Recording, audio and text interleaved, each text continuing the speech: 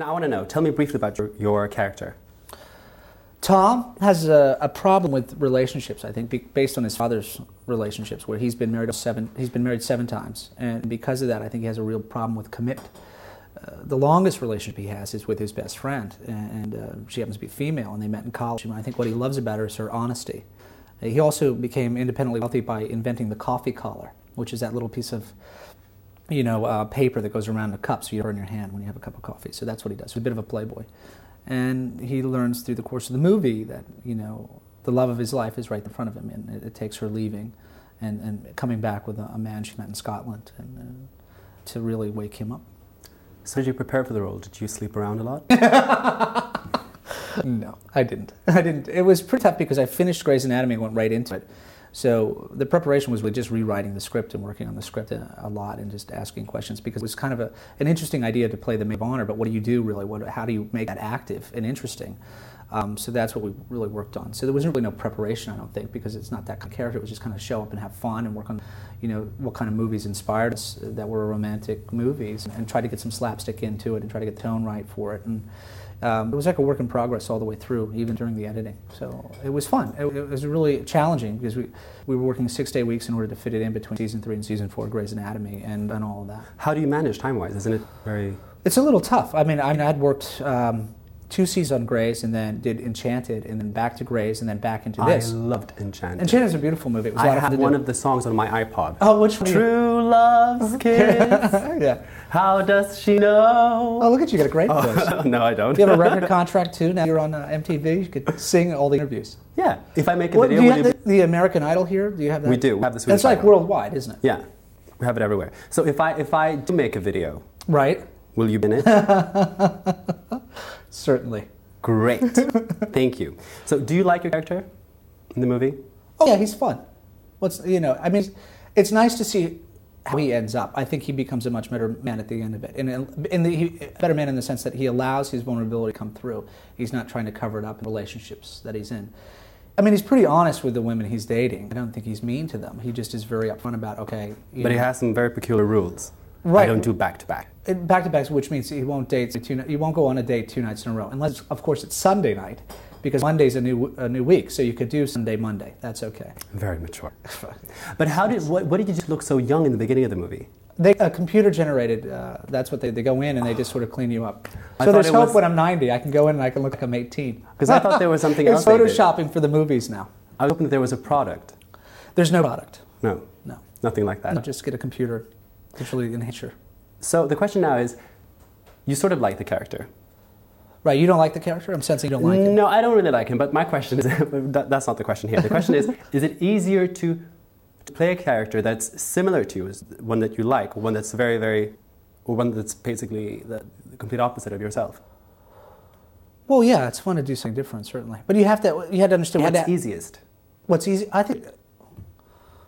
Playing someone that's just like you? It depends on the role. I think it depends. I think it's harder to be yourself, to allow yourself to come through. But I think, certainly for film, you just want to be relaxed and natural. There's not a lot of parts. There are some parts call for character work, and there are little things that you do. But it's all hard and easy, I think. The key is just being relaxed and not judging yourself and not worrying about the judgment of others around the camera. That's the hardest thing, is just to allow that to happen. And to be private publicly. I didn't answer your question, but I think... It sounded very smart. I liked it. No, I wrote it down last night. I was really excited about it. Yeah, I think that's the key, quite honestly. And then this was just, we were trying to figure out... He was too harsh on the first script that I read, and we were just trying to figure out where his problems came from, what his character flaw. The character flaw is basically the father. That's why the father figure and the scenes that they have together are so critical for the movie. And then the MacGuffin really is dog, and what the dog represents. And the dog is basically love, because a dog just loves and doesn't care, doesn't want love back, just wants to love. That's what they do. And we kept developing that throughout. So it sounds like you were there doing the whole writing process as well. Yeah, we worked a lot on it, yes.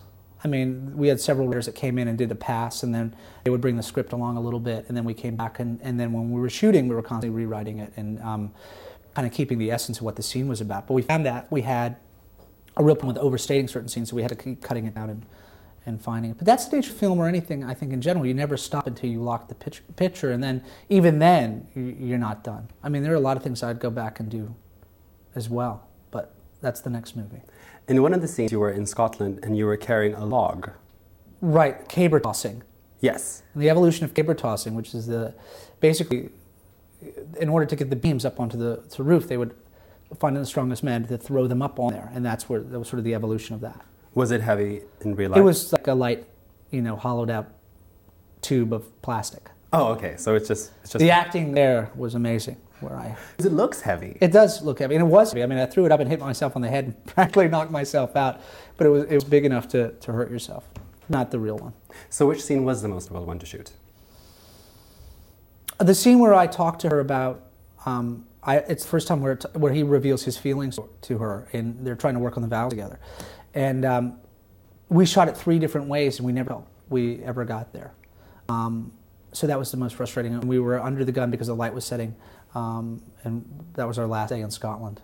So that was the most difficult, because we just never we had it. And then the following morning, we looked at the dailies and we discovered that we had it at the very last shot. So it was always frustrating waking up in the morning because you had a lot to work on, and you didn't know if you were going to get through the day.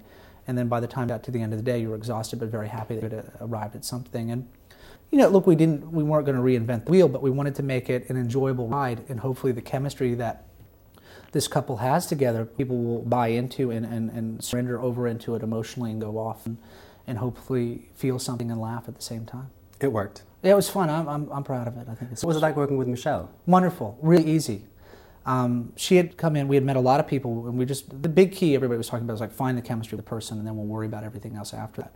And she came in and had a great sense of humor, and really easygoing, and could just roll with it very quickly. And we just talked for an hour and a half, myself and director, and then she told us the story about, at her wedding, her best friend was a male who was a maid of honor for her, and that kind of really was it. And then the studio wanted us to do a screen test together, and it just clicked. It was perfect. She was absolutely perfect for it. She's so easygoing, and smart, and very clever, and has a wonderful laugh that's infectious. So we had a good time playing.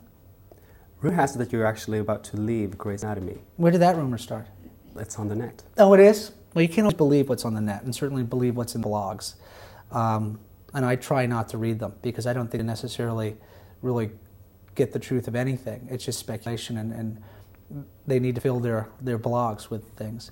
I think it would be ridiculous to leave a show that's so successful at this point. I think I have a contract that's going for another couple of years. The producers are. I think Shonda Rhimes is a very young writer, and she's evolving as a person and as a writer, and she's gaining her voice, and she's learned a lot, and we've all learned a lot together. And I think as long as we continue to grow, and the show continues to grow, not to say that every show is going to be brilliant, but I think the desire there is to keep it moving forward, and I think I'd be foolish to leave the show prematurely. So do I. I think it's a great show. I think there's a lot there. I think the show it needs to be pushed. I think season 3 was a little bit of a disappointment. We lost our way for a bunch of reasons.